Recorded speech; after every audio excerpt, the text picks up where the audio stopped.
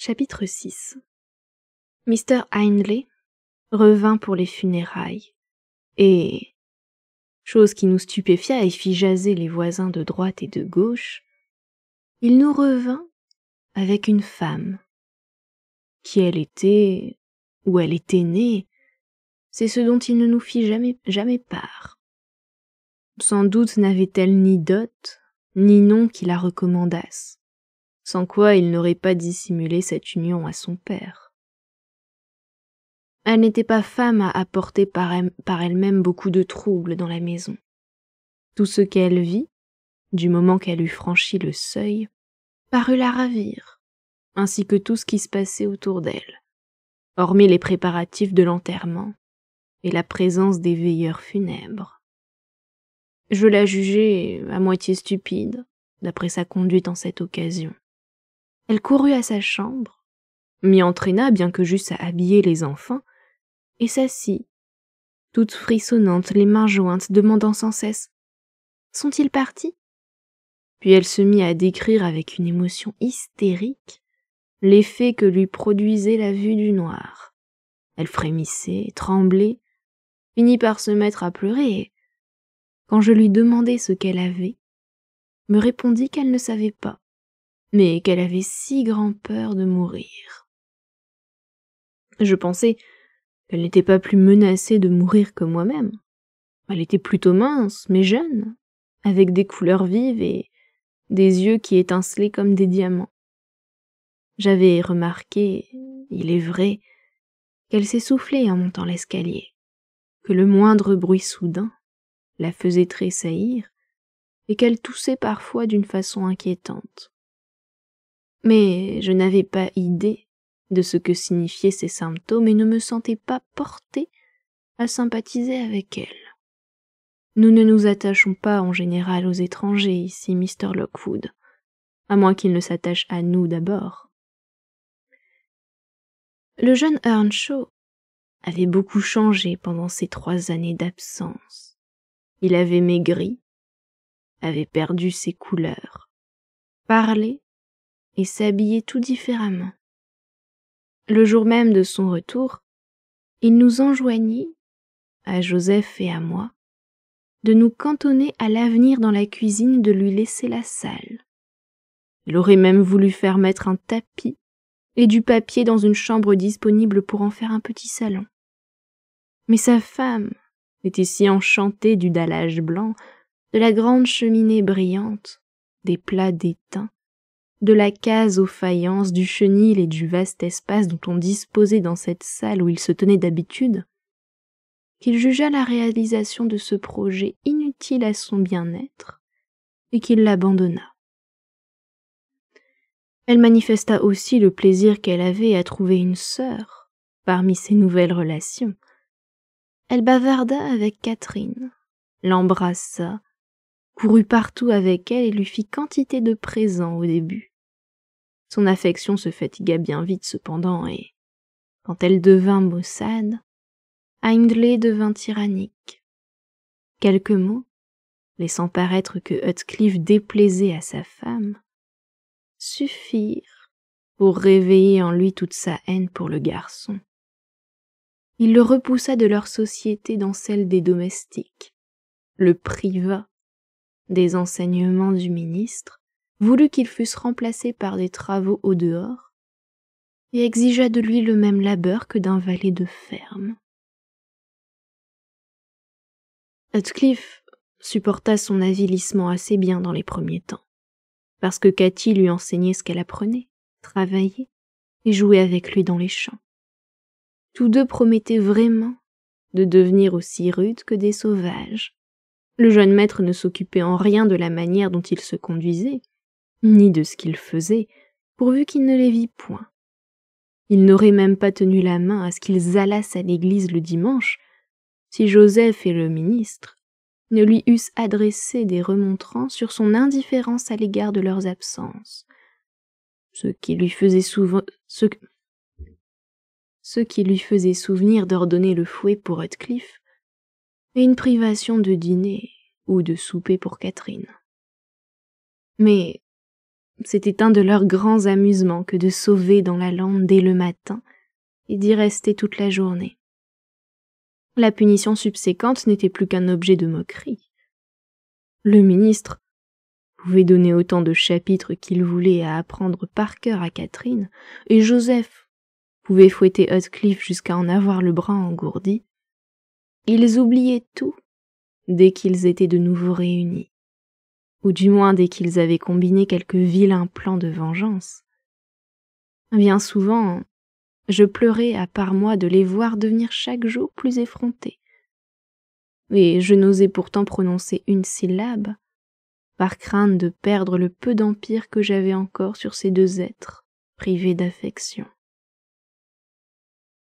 Un dimanche soir, il arriva qu'ils furent chassés de la salle pour avoir fait du bruit, ou pour quelques peccadilles du même genre. Quand j'allais les appeler, pour le souper, je ne pus les découvrir nulle part. Nous fouillâmes la maison du haut en bas, la cour et les écuries. Ils demeuraient invisibles. À la fin, Hindley, en furie, nous ordonna de verrouiller les portes et interdit à qui que ce fût de les laisser rentrer cette nuit-là. Tout le monde alla se mettre au lit. Pour moi, l'inquiétude m'empêchant de rester couché, j'ouvris ma fenêtre et passai la tête au dehors pour écouter, bien qu'il plût. J'étais déterminée à leur ouvrir malgré la défense, s'ils revenaient. Au bout de quelque temps, j'entendis des pas sur la route et la lumière d'une lanterne brilla à travers la barrière. Je jetai un châle sur ma tête et courus pour les empêcher d'éveiller Mr. Earnshaw en frappant. C'était Heathcliff, seul, et je tressaillis en ne voyant que lui. « Où est Miss Catherine ?» lui criai-je vivement. « Pas d'accident, j'espère. » »« À Thrushcross Grange, répondit-il. Et j'y serai aussi. J'ils avaient eu la politesse de me demander de rester. »« Eh bien, vous verrez ce que cela vous coûtera. Vous ne serez content que quand vous vous serez fait chasser. Que pouvez-vous bien faire à rôder du côté de Thrushcross Grange ? » ?»« Laissez-moi enlever mes vêtements mouillés, et je vous raconterai tout, Nelly. » Je lui recommandai de prendre garde de réveiller le maître, et, pendant qu'il se déshabillait, et que j'attendais pour souffler la chandelle, il poursuivit. Cathy et moi nous étions échappés par la buanderie pour nous promener à notre fantaisie. Apercevant la lumière de la Grange, nous avons eu l'idée d'aller voir si les Linton passaient leur soirée du dimanche à grelotter dans les coins pendant que leurs parents mangeaient, buvaient, chantaient, riaient et se brûlaient les yeux devant le feu. Croyez-vous qu'il en soit ainsi? Ou qu'ils lisent des sermons, qu'un vieux domestique les catéchise et on leur donne à apprendre une colonne de noms de l'écriture s'ils ne répondent pas convenablement? Probablement pas. Ce sont des enfants sages, sans doute, et ils ne méritent pas le traitement qu'on vous inflige pour votre mauvaise conduite. Ah, pas de prêche, Nelly. Sottise que tout cela. Nous avons couru sans nous arrêter depuis le sommet des Hauts jusqu'au parc. Catherine, complètement battue dans la course car elle était nu-pieds. Vous pourrez chercher ses souliers dans les frondières demain. Nous nous sommes glissés par un trou de haie, nous avons suivi à tâtons le sentier, et nous nous sommes plantés sur une plate-bande de fleurs sous la fenêtre du salon.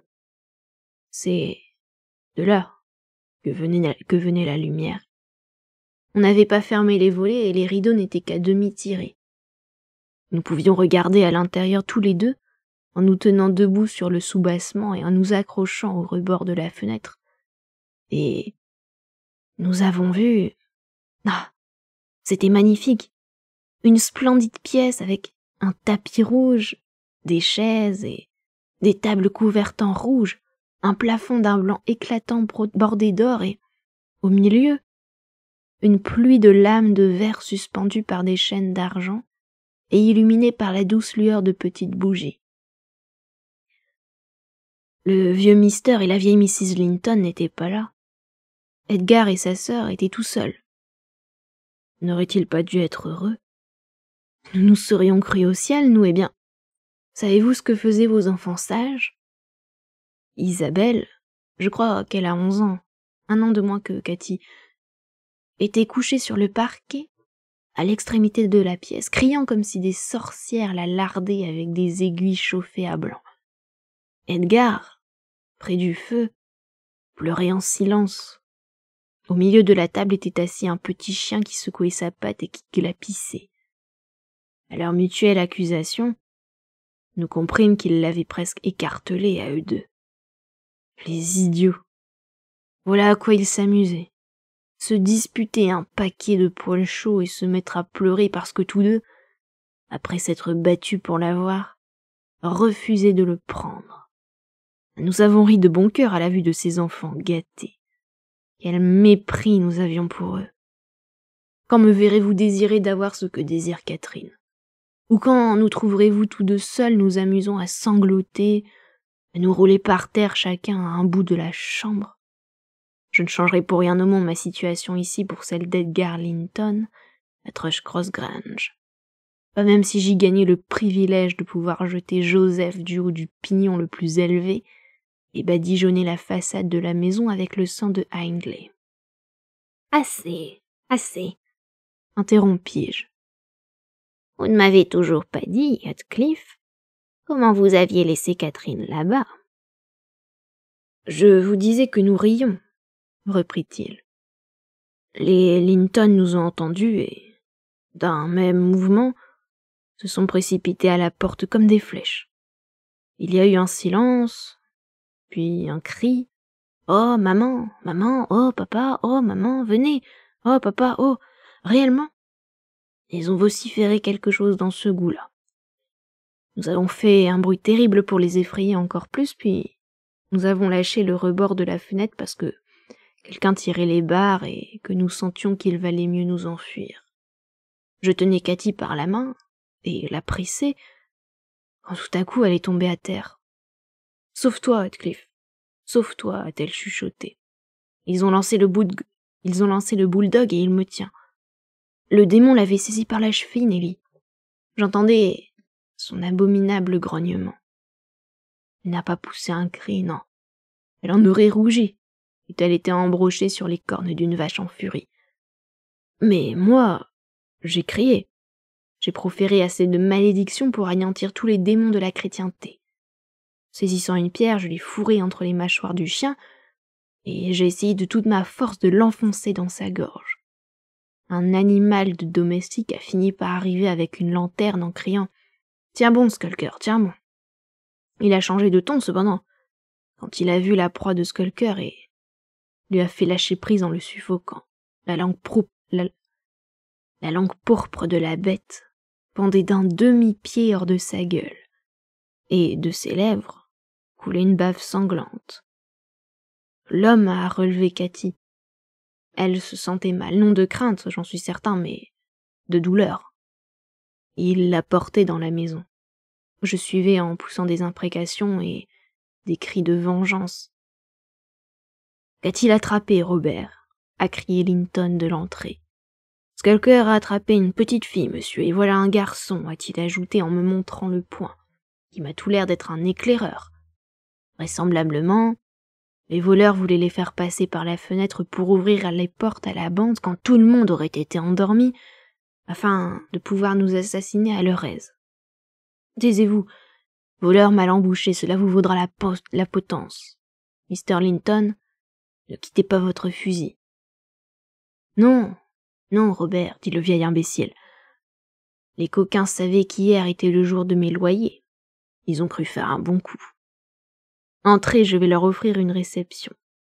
Là, John, attachez la chaîne. Donnez un peu d'eau à Skulker, Jenny. Défiez un magistrat dans sa forteresse. Et un jour de sabbat encore, où s'arrêtera leur insolence. Oh, ma chère Mary, regardez. N'ayez pas peur, ce n'est qu'un gamin.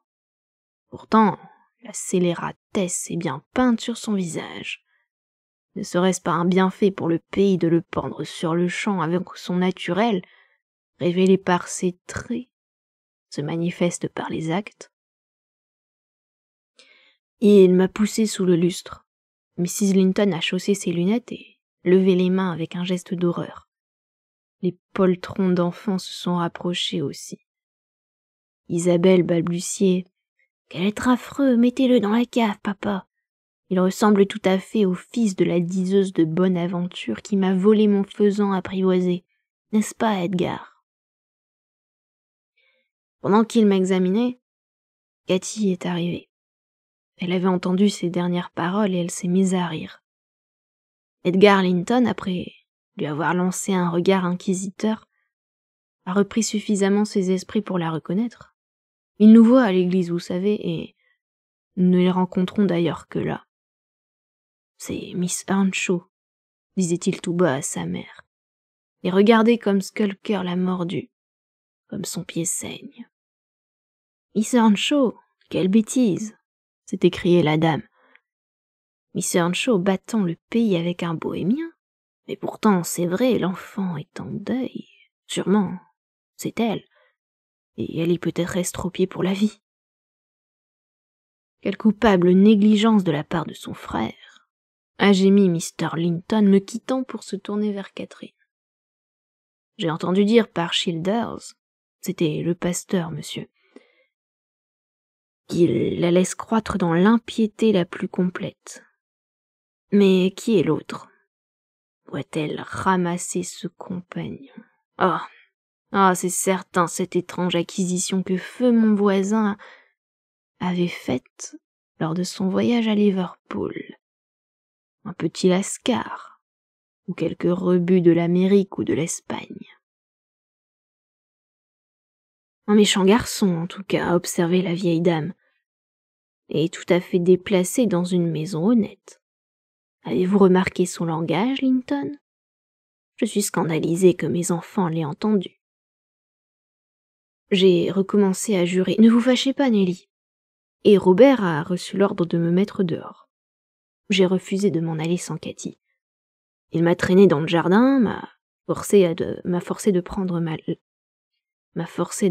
la lanterne, m'a assuré que Mr. Earnshaw serait informé de ma conduite et, m'enjoignant de me mettre en route, sur le champ, a refermé la porte.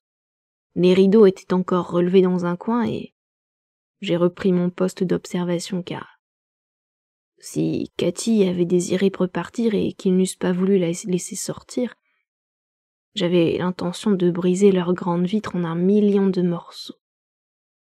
Elle était tranquillement assise sur le sofa. Mrs. Linton lui a enlevé le manteau gris de la laitière que nous avions emprunté pour notre excursion, en secouant la tête et en lui adressant des remontrances, je suppose.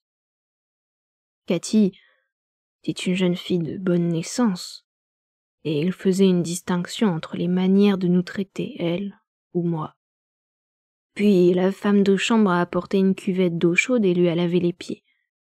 Mr. Linton lui a préparé un grand verre de négus. Isabelle lui a vidé une assiette de gâteau sur les genoux pendant qu'Edgar, bouche bée, la regardait de loin. Ensuite, ils ont séché et peigné ses beaux cheveux, lui ont donné une paire d'énormes pantoufles et l'ont poussée près du feu. Je l'ai laissée, aussi gaie qu'elle pouvait l'être, en train de partager ses gâteaux au petit chien et à Skulker dont elle pinçait le nez pendant qu'il mangeait. Sa vue faisait luire dans les ternes yeux bleus de Linton une étincelle de vie, vague reflet de sa figure enchanteresse. Je voyais qu'ils étaient remplis d'une admiration stupide. Elle est si démesurément supérieure à eux, à n'importe qui sur terre. N'est-ce pas, Nelly? Cette histoire-là aura plus de suite que vous ne croyez, répondis-je en bordant son lit et en éteignant la lumière. Vous êtes incorrigible, Heathcliff, et Mr. Hindley sera obligé d'en venir à des mesures extrêmes. Vous verrez. Mes paroles se trouvèrent plus vraies que je ne le désirais. Cette malencontreuse aventure rendit Earnshaw furieux.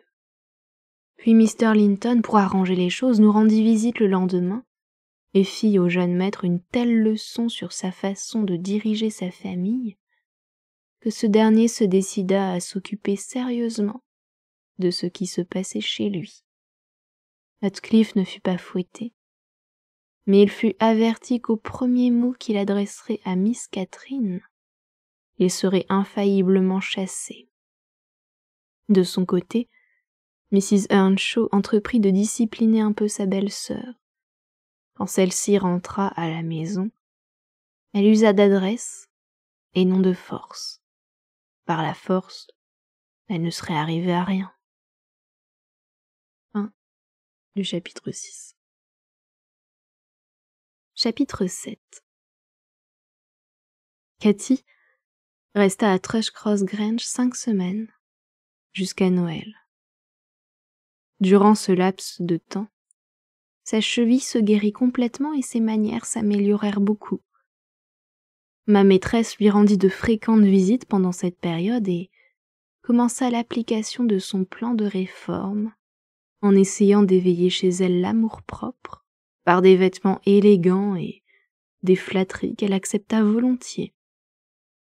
Si bien qu'au lieu d'une petite sauvageonne entrant nu-tête en coup de vent dans la maison et se précipitant pour nous étouffer sous ses embrassements, nous vîmes descendre d'un joli poney noir une personne très digne, avec des boucles brunes qui pendaient sous un chapeau de castor à plumes et un long vêtement de drap qu'elle était obligée de relever avec les 2 mains pour pouvoir marcher. Hindley l'enleva de cheval en s'écriant d'un air ravi: « Mais Cathy, te voilà une vraie beauté. C'est à peine si je t'aurais reconnue. Tu as l'air d'une dame maintenant. Isabelle Linton ne soutiendrait pas la comparaison avec elle, n'est-ce pas, Frances ?» Isabelle n'a pas les mêmes avantages naturels, répondit Mrs. Earnshaw. Mais il faut que Cathy fasse attention et ne reprenne pas ici ses manières de sauvage.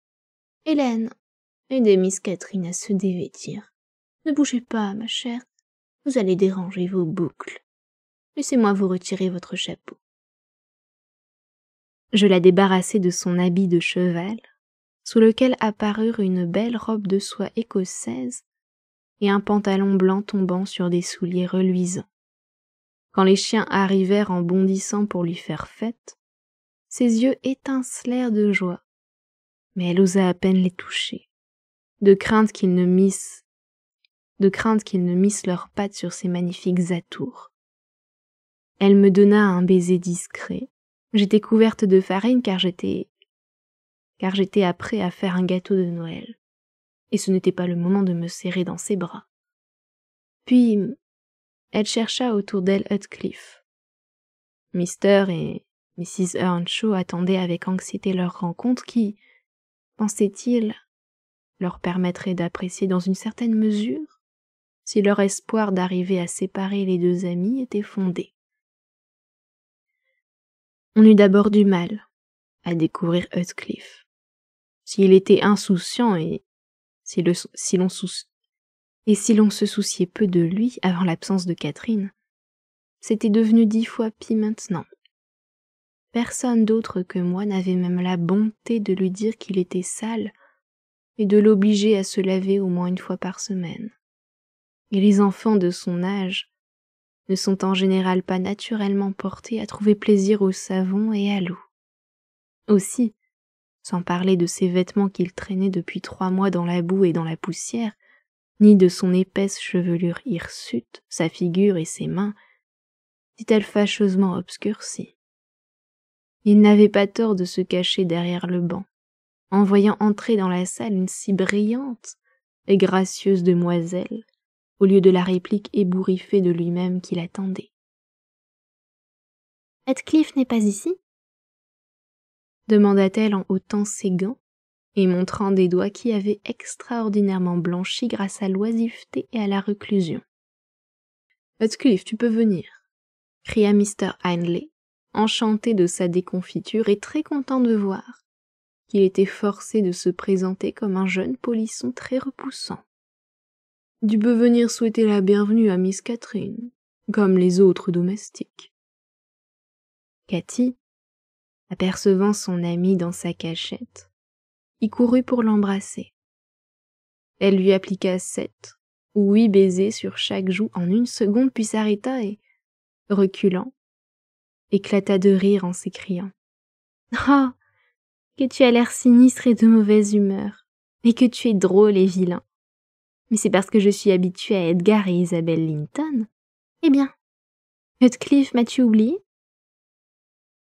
Elle avait quelques sujets de lui poser cette question, car la honte et l'orgueil assombrissaient doublement son visage et le tenaient immobile. « Donne-lui la main, Heathcliff, » dit Mr. Earnshaw avec condescendance. « Une fois en passant, c'est permis. » « Je ne veux pas, » répliqua le jeune garçon, retrouvant enfin sa langue. « Je ne resterai pas ici pour qu'on se moque de moi. Je ne le supporterai pas. » Et il se serait échappé si Miss Cathy ne l'eût saisi de nouveau. « Je ne voulais pas rire de toi, » dit-elle. « Je n'ai pas pu m'en empêcher. Heathcliff, donne-moi au moins la main. Pourquoi boudes-tu? C'est seulement parce que tu avais un air si étrange. Si tu te lavais la figure et si tu te peignais, ce serait parfait. Mais tu es si sale. » Elle regardait avec inquiétude les doigts noirs qu'elle tenait dans les siens et aussi sa robe qui, craignait-elle, n'avait pas gagné au contact avec les vêtements de Heathcliff. « Tu n'avais qu'à pas me toucher, » répondit-il en suivant son regard et retirant vivement sa main. « Je serai sale si cela me plaît. J'aime à être sale et je veux être sale. » Là-dessus, il s'élança tête baissée hors de la pièce, au milieu des rires du maître et de la maîtresse, et au grand émoi de Catherine, qui ne comprenait pas comment ces remarques avaient pu déterminer cet accès de mauvaise humeur. Après avoir joué le rôle de femme de chambre auprès de la nouvelle venue, avoir mis mes gâteaux au four et égayé la salle et la cuisine avec de grands feux, comme il convenait à cette veillée de Noël, je me disposais à m'asseoir et à me distraire en chantant des cantiques toute seule, sans me soucier des affirmations de Joseph qui déclarait que les airs gais que je choisissais étaient presque des chansons. Il s'était retiré pour faire ses dévotions particulières dans sa chambre. Mr. et Mrs. Earnshaw occupaient l'attention de Missy, en lui montrant quelques brimborions achetés pour lui permettre d'en faire présent au petit Linton, en reconnaissance de leur amabilité. Il les avait invités à passer la journée du lendemain à Hurlevent, invitation qui avait été acceptée à une condition. Mrs. Linton demandait que ses chéris fussent soigneusement tenus à l'écart de ce vilain garçon qui jurait. C'est dans ces circonstances que je me trouvais seule. Je savourais la riche odeur des épices qui cuisaient. J'admirais la batterie de cuisine étincelante, l'horloge brillante couverte de houx, les pots d'argent rangés sur un plateau prêts à être remplis d'alles chaudes et épicées pour le souper, et surtout, l'irréprochable propreté de l'objet de mon soin particulier, le carrelage bien lavé et bien balayé. J'accordais à toutes ces choses l'applaudissement intérieur qu'elles méritaient, et me rappelais que le vieil Earnshaw venait toujours quand tout était nettoyé, m'appelait brave fille, et me glissait un shilling dans la main comme cadeau de Noël. Cela me fit penser à la tendresse qu'il avait pour Heathcliff, à sa crainte que celui-ci ne fût négligé quand lui-même aurait disparu. J'en vins naturellement à méditer sur la situation actuelle du pauvre garçon, et, des chansons, je passai aux larmes. Il me vint pourtant bientôt à l'esprit qu'il serait plus sensé d'essayer de remédier à quelques-uns des torts dont il était victime que de verser des pleurs sur ses torts. Je me levai et sortis dans la cour pour le chercher. Il n'était pas loin. Je le trouvai dans l'écurie, il caressait le poil luisant du nouveau poney et donner à manger aux autres bêtes, comme à l'ordinaire. Dépêchez, Heathcliff, lui dis-je. Il fait si bon dans la cuisine, et Joseph est en haut. Dépêchez et laissez-moi vous faire beau avant que Miss Cathy descende. Vous pourrez alors vous asseoir ensemble. Vous aurez la cheminée tout entière à vous deux et vous bavarderez tant que vous voudrez et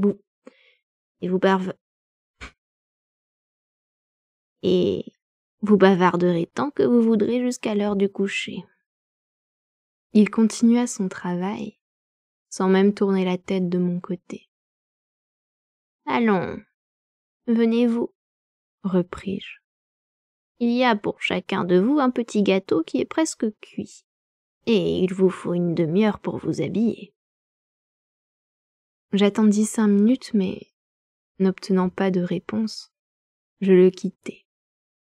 Catherine soupa avec son frère et sa belle-sœur. Joseph et moi partageâmes un repas assez peu cordial, assaisonné de reproches d'un côté et d'impertinence de l'autre. Le gâteau et le fromage de Heathcliff restèrent sur la table toute la nuit à la disposition des fées. Il s'arrangea pour poursuivre son travail jusqu'à 9 heures, puis regagna sa chambre, muet et renfrogné. Cathy resta debout jusqu'à 1 heure avancée, ayant un monde de choses à ordonner pour la réception de ses nouveaux amis. Elle vint une fois dans la cuisine pour parler à l'ami ancien, mais il n'était pas là, et elle se contenta de demander ce qu'il avait, puis se retira. Le lendemain matin, il se leva de bonne heure et, comme c'était jour de congé, il alla promener sa mauvaise humeur dans la lande. Ils ne reparurent que quand tout le monde fut parti pour l'église. Le jeûne et la réflexion semblaient l'avoir mieux disposé. Il tourna autour de moi un instant, puis, ayant rassemblé son courage, s'écria tout à coup. « Nelly, faites-moi propre. Je veux être sage. » « Il est grand temps, Heathcliff. Vous avez fait de la peine à Catherine. Elle regrette d'être venue à la maison, j'en suis sûre. On dirait que vous êtes jaloux d'elle, parce qu'on s'occupe d'elle plus que de vous. » L'idée d'être jaloux de Catherine ne pouvait entrer dans sa tête, mais l'idée de lui faire de la peine était bien claire pour son esprit. « A-t-elle dit qu'elle était fâchée ?» demanda-t-il d'un air très sérieux. « Elle a pleuré quand je lui ai annoncé que vous étiez encore parti ce matin. »« Eh bien, moi j'ai pleuré cette nuit, et j'avais plus de raison qu'elle pour pleurer. »« Oui, vous étiez allé vous coucher le cœur gonflé d'orgueil et l'estomac vide. Belle raison, en vérité. Les gens orgueilleux se forgent à eux-mêmes de pénibles tourments. Mais si vous avez honte de votre susceptibilité, ayez soin de lui demander pardon quand elle rentrera. Vous irez la trouver, vous lui offrirez de l'embrasser, et vous direz, vous savez mieux que moi ce que vous avez à dire, seulement faites-le de bon cœur, et non comme si vous croyiez que sa belle robe la transformait en étrangère. Et maintenant, bien que j'aie à préparer le dîner, je vais dérober un moment pour vous arranger, de telle sorte qu'Edgar Linton aura l'air d'une vraie poupée à côté de vous. Et c'est l'air qu'il a vraiment. Vous êtes plus jeune et pourtant, je parierais que vous êtes plus grand et 2 fois aussi large d'épaules. Vous pourriez le jeter par terre en un clin d'œil. Ne vous en sentez-vous pas capable ? » Le visage de Heathcliff s'éclaircit un instant, puis se rembrunit, et il soupira. « Mais Nelly, quand je le jetterai 20 fois par terre, cela ne le rendrait pas moins beau ni moi plus beau. Je voudrais avoir les cheveux blonds et la peau blanche, être aussi bien habillé, avoir d'aussi bonnes manières que lui, et avoir une chance d'être aussi riche qu'il le sera. » « Et appelez maman à tout bout de champ, » ajoutai-je, « et tremblez si un petit paysan levait le poing contre vous, et restez enfermé toute la journée à cause d'une averse. Ah, Heathcliff, vous faites preuve de bien peu de caractère. Venez devant la glace et je vous montrerai ce que vous devez désirer. Voyez-vous ces 2 lignes entre vos yeux, ces épais sourcils qui, au lieu de s'élever en décrivant une courbe, s'abaissent dans leur milieu, et ces 2 noirs démons si profondément enfoncés, qui jamais n'ouvrent hardiment leurs fenêtres, mais épient par en dessous comme des espions du diable. Appliquez-vous à effacer ces rides sinistres, à lever franchement les paupières, à changer ces démons en anges confiants et innocents, affranchis du soupçon et du doute, et voyant toujours des amis là où ils ne sont pas certains d'être en présence d'ennemis. Ne prenez pas l'expression d'un chien vicieux qui a l'air de savoir que les coups de pied qu'il récolte sont bien mérités, et qui pourtant, pour la souffrance qu'il ressent, et tout le monde aussi bien que celui qui lui donne les coups. En d'autres termes, il faut que je souhaite d'avoir les grands yeux bleus et le front uni d'Edgar Linton, riposta-t-il. Je le souhaite, et cela ne m'aidera pas à les avoir. Un bon cœur vous aidera à avoir une bonne figure, mon garçon. Eussiez-vous un vrai noir et un mauvais cœur donnera à la plus jolie figure quelque chose de pire que de la laideur. Et maintenant que nous avons fini de nous laver, de nous peigner et de bouder, dites-moi si vous ne vous trouvez pas plutôt joli garçon. Je vous dis, moi, que c'est mon avis. Vous pourriez passer pour un prince déguisé. Qui sait si votre père n'était pas empereur de la Chine, ou votre mère reine dans l'Inde, chacun d'eux capable d'acheter avec son revenu d'1 semaine ensemble Hurlevent et Thrushcross Grange. Mais vous avez été enlevé par des méchants marins et amené en Angleterre.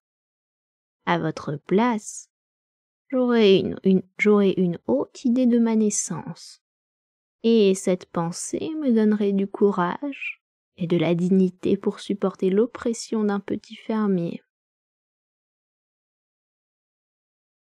Je continuais de bavarder de la sorte. Heathcliff perdait peu à peu son air sombre.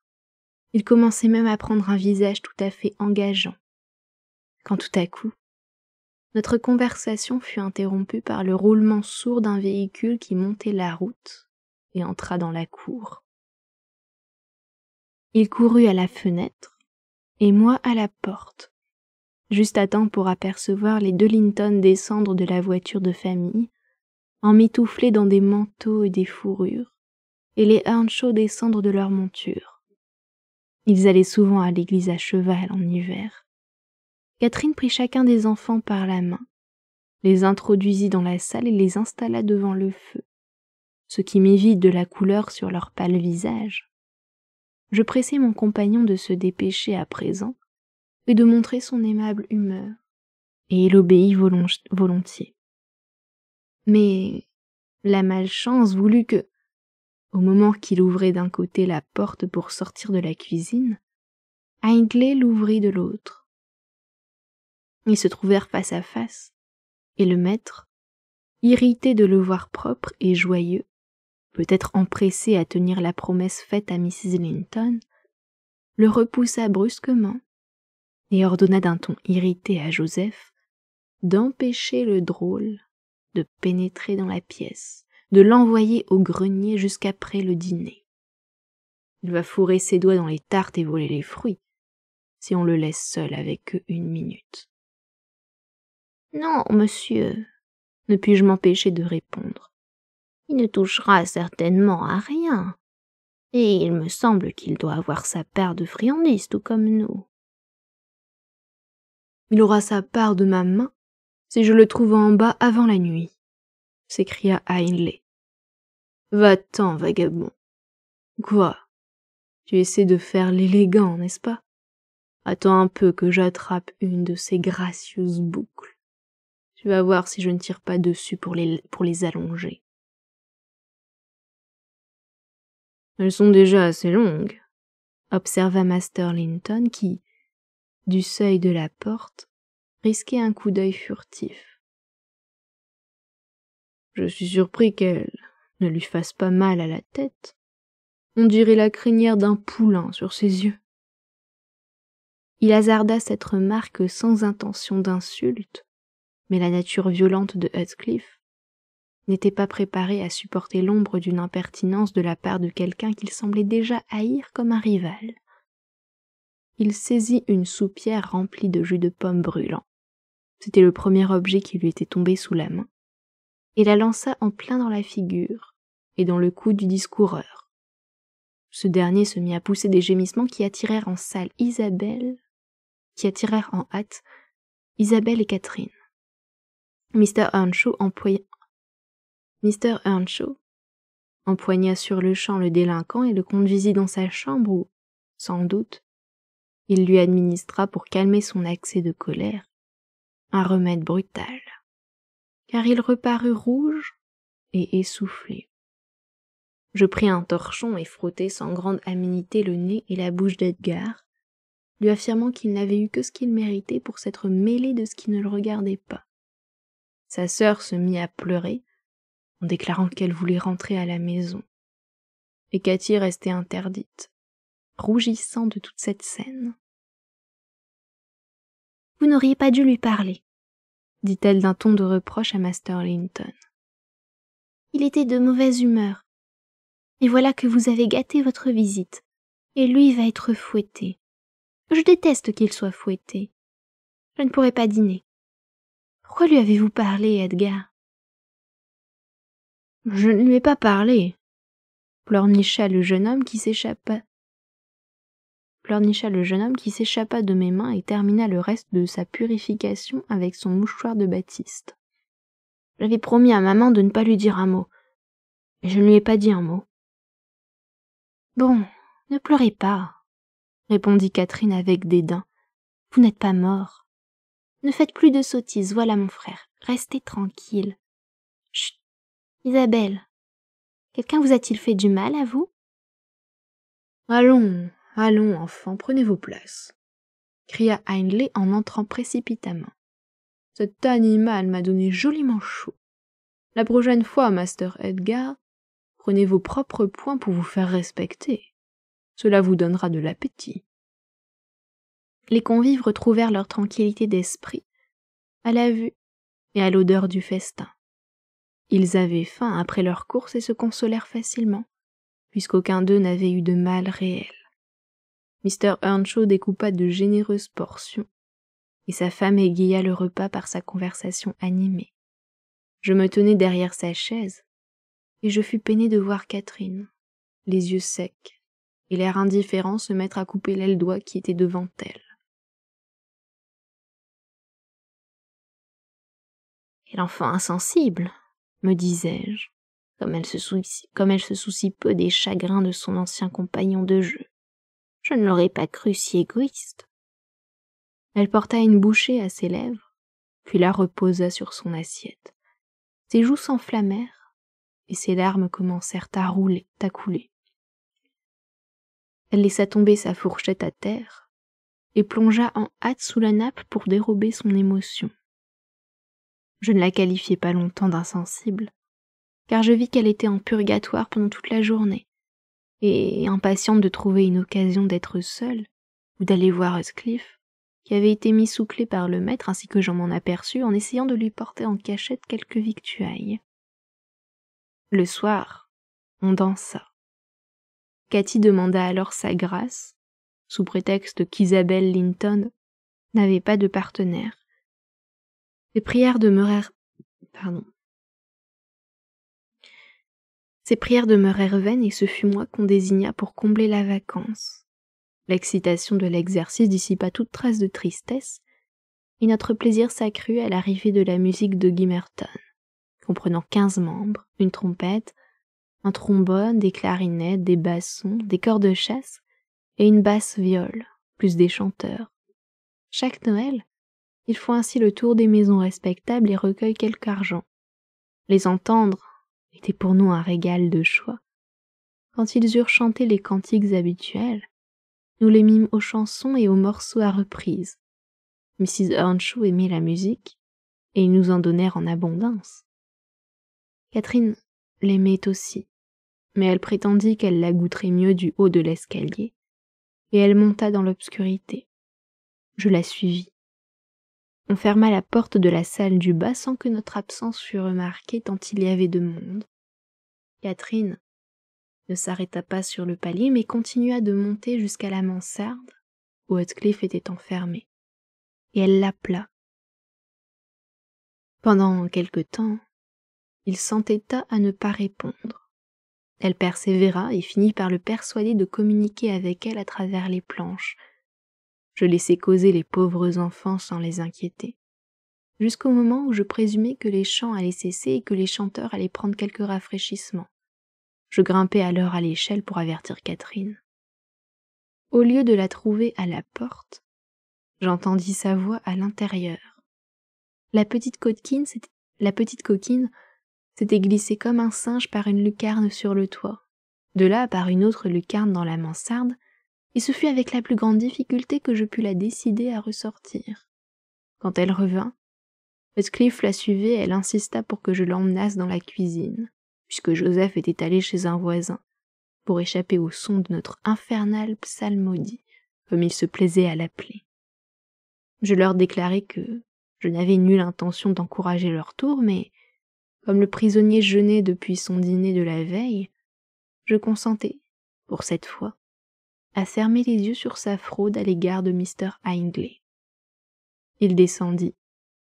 Je lui mis un tabouret devant le feu et lui offris quantité de bonnes choses. Mais il était mal à l'aise, ne put guère manger, et repoussa toutes mes tentatives pour le distraire. Les coudes appuyés sur ses genoux, le menton sur ses mains, il resta plongé dans une méditation silencieuse. Comme je lui demandai quel était le sujet de ses pensées, il répondit gravement. « Je cherche le moyen de rendre l'appareil à Hindley. Peu importe le temps qu'il me faudra attendre, pourvu que j'y arrive à la fin. J'espère qu'il ne mourra pas avant que j'y sois parvenu. »« Vous n'avez pas honte, Heathcliff, dis-je. C'est à Dieu de punir les méchants. Nous devons apprendre à pardonner. » Non, Dieu n'aurait pas la satisfaction que j'aurais, répliqua-t-il. Je cherche seulement le meilleur moyen. Laissez-moi seul. Je vais combiner quelque chose. Quand je pense à cela, je ne souffre pas. Mais, Mr. Lockwood, j'oublie que ces contes ne peuvent guère vous divertir. Comment ai-je pu songer à bavarder aussi longtemps? Voilà que votre gruau est froid et vous tombez de sommeil. J'aurais pu vous dire l'histoire de Heathcliff, du moins tout ce que vous avez besoin d'en savoir, en une demi-douzaine de mots. Interrompant ainsi, ma femme de charge s'est levée et a commencé de ranger son ouvrage. Mais je me sentais incapable de quitter le coin du feu, et fort loin d'avoir sommeil. « Restez assise, Mrs. Dean, me suis-je écrié. Restez assise. Encore une demi-heure. Vous avez parfaitement bien fait de me raconter l'histoire en détail. C'est la méthode que j'aime. Il faut que vous la finissiez de la même manière. Tous les personnages dont vous m'avez parlé m'intéressent plus ou moins. »« L'horloge va sonner 11 heures, monsieur. »« Peu importe. Je n'ai pas l'habitude de me coucher de bonne heure. 1 heure ou 2 du matin, c'est bien assez tôt, quand on reste au lit jusqu'à 10. »« Vous ne devriez pas rester couché jusqu'à 10 heures. La meilleure partie de la matinée est déjà passée avant ce moment-là. Une personne qui n'a pas fait la moitié de son ouvrage de la journée à 10 heures risque de laisser inachevée l'autre moitié. »« Néanmoins, Mrs. Dean, reprenez votre siège, car demain je me propose d'allonger la nuit jusqu'à l'après-midi. Je diagnostique pour moi un rhume sérieux, pour le moins. »« J'espère que non, monsieur. Eh bien, vous me permettrez de franchir quelques 3 ans.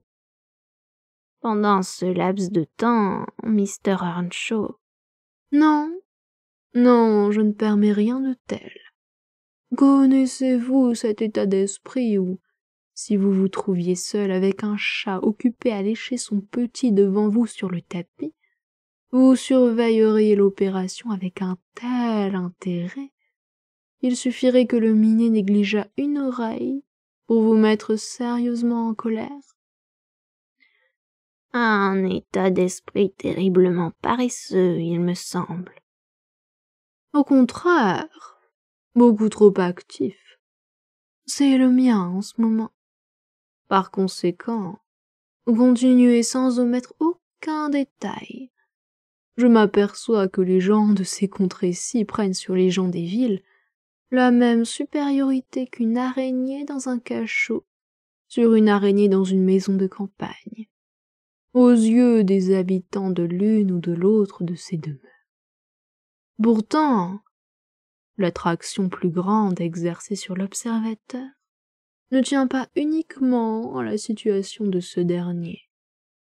Les gens d'ici vivent en vérité plus sérieusement, plus en eux-mêmes, moins en surface, en changement, en frivolité extérieure.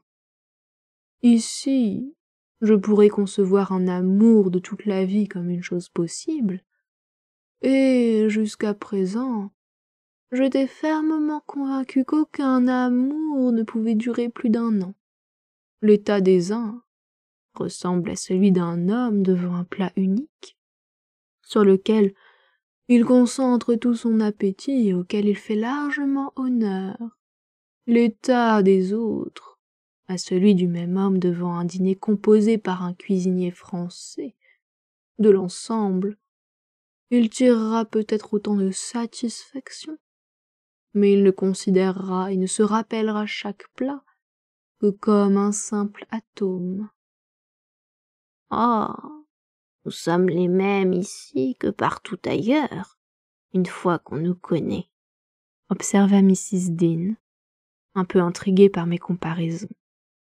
Excusez-moi, ai-je répondu. Vous-même, ma digne amie, vous êtes un peu démenti frappant à cette assertion. À part quelques provincialismes de peu d'importance, il n'y a chez vous aucune trace des façons que je suis habitué à regarder comme caractéristiques de votre classe. Je suis sûr que vous avez réfléchi beaucoup plus que ne le font la généralité des serviteurs. Vous avez été forcé de cultiver vos facultés intellectuelles par manque d'occasion de gaspiller votre vie en occupations insignifiantes. Mrs. Dean s'est mise à rire. Certainement, a-t-elle dit. J'estime que je suis à peu près posée, raisonnable.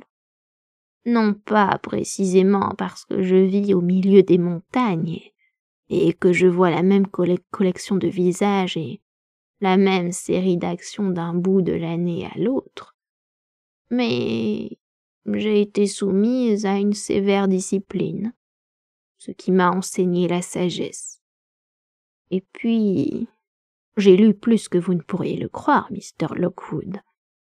Il n'y a pas dans cette bibliothèque un livre que je n'ai ouvert et même dont je n'ai tiré quelque chose, à l'exception de cette rangée d'ouvrages grecs et latins et de celle-là, où sont des ouvrages français.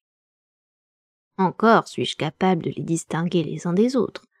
C'est tout ce que vous pouvez attendre de la fille d'un pauvre homme. Quoi qu'il en soit, si je dois poursuivre mon histoire à la façon d'une vraie commère, je ferais mieux de continuer. Et, au lieu de sauter 3 ans, je me contenterai de passer à l'été suivant, l'été de 1778. Voici près de 23 ans. Fin du chapitre 7.